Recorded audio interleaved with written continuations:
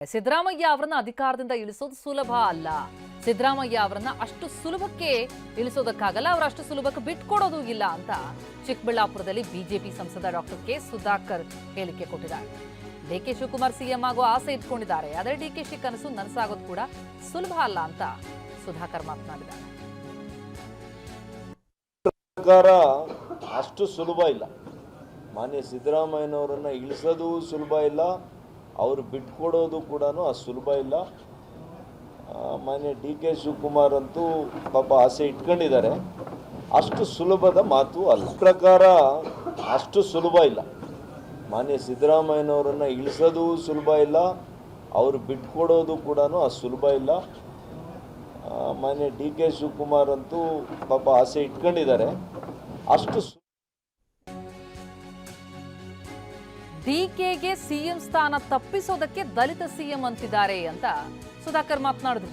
60 ವರ್ಷಗಳಲ್ಲಿ ಕಾಂಗ್ರೆಸ್ಗೆ ದಲಿತ ಸಿಎಂ ಅಭ್ಯರ್ಥಿ ಸಿಕ್ಕಿಲ್ವಾ? ಒಬ್ಬರ ವಿರುದ್ಧ ಒಬ್ಬರನ್ನ ಎತ್ಕಟ್ತಾ ಇದ್ದಾರೆ ಅಂತ ಸಂಸದರು ಮಾತನಾಡಿದ್ದಾರೆ. ಸಿಎಂ ಸಿದ್ದರಾಮಯ್ಯ ಎತ್ತಿಕಟ್ಟುವ ರಾಜಕಾರಣ ಮಾಡ್ತಿದ್ದಾರೆ ಅಂತ ಸುಧಾಕರ್ ಮಾತನಾಡಿದ್ದಾರೆ. ಅವರು ಇವ್ರನ್ನ ಅವ್ರ ಮೇಲೆ ಎತ್ಕಟ್ಟೋದು, ಅವ್ರನ್ನ ಇವ್ರ ಮೇಲೆ ಎತ್ಕಟ್ಟೋದು. ಈಗ ಡಿ ಕೆ ಶಿವಕುಮಾರ್ ಅವ್ರ ಹೆಸರನ್ನ ತೆಗಿಬೇಕು ಅಂತೇಳಿ ಪಾಪ ದಲಿತರೊಬ್ಬರ ಹೆಸರನ್ನ ಹೇಳೋದು.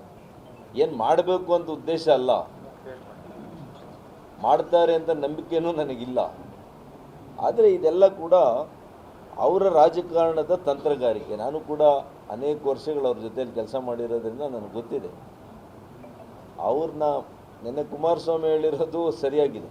ಕುಮಾರಣ್ಣವರು ನೆನ್ನೆ ಮಾನ್ಯ ಮಾಜಿ ಮುಖ್ಯಮಂತ್ರಿಗಳು, ಕೇಂದ್ರ ಸಚಿವರು ಹೇಳಿದ್ದಾರೆ, ಅಷ್ಟು ಸುಲಭವಾಗಿ ಮಾನ್ಯ ಸಿದ್ದರಾಮಯ್ಯನವರು ಕುರ್ಚಿ ಬಿಡೋ ವ್ಯಕ್ತಿ ಅಲ್ಲ, ಆ ಥರ ಹೇಳಿದ್ದಾರೆ. ಹಾಗಾಗಿ ಅದಕ್ಕೆ ನಾನು ಕೂಡ ಬೆಂಬಲ ವ್ಯಕ್ತಪಡಿಸ್ತೀನಿ. ಅವ್ರು ಹೇಳಿರೋ ಮಾತಿನಲ್ಲಿ ಸತ್ಯ ಇದೆ ಅಂತ ನಾನು ತಿಳ್ಕೊಂಡಿದ್ದೀನಿ.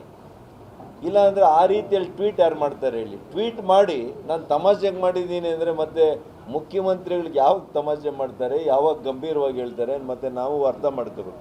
ಇನ್ನು ಟ್ವೀಟ್ ಆದಮೇಲೆ ಅವರು ತಮಾಷೆಗಾಗಿ ಅಂತ ಒಂದು ಕೆಳಗಡೆ ಒಂದು ಹಾಕ್ಬೇಕು. ದೇರಿ ಅವರು ಇವ್ರನ್ನ ಅವ್ರ ಮೇಲೆ ಎತ್ಕೊಂಡು